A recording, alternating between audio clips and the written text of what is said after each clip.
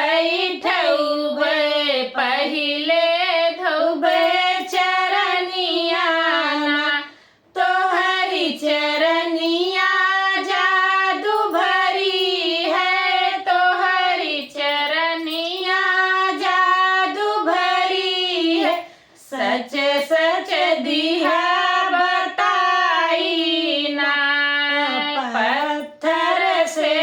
तू नारी बनाया पहिले धोबे चरनिया ना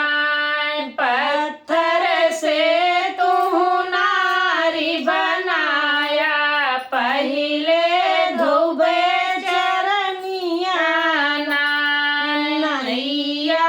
खुशी खुशी बैठैबे पहिले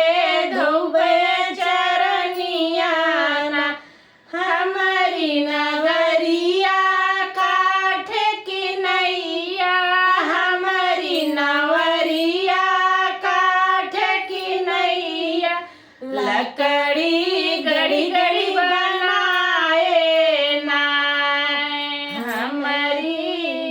हमारी दूसर नाही कमाई पहिले धोबे चरनिया ना हमारी दूसर नाही कमाई पहिले धोबे चरनिया ना नैया खुशी खुशी बैठैबे पहिले धोबे चरनिया ना बिहसी के प्रभु जी बोले बचनिया बिहसी के प्रभु जी बोले बचनिया बीतते जाई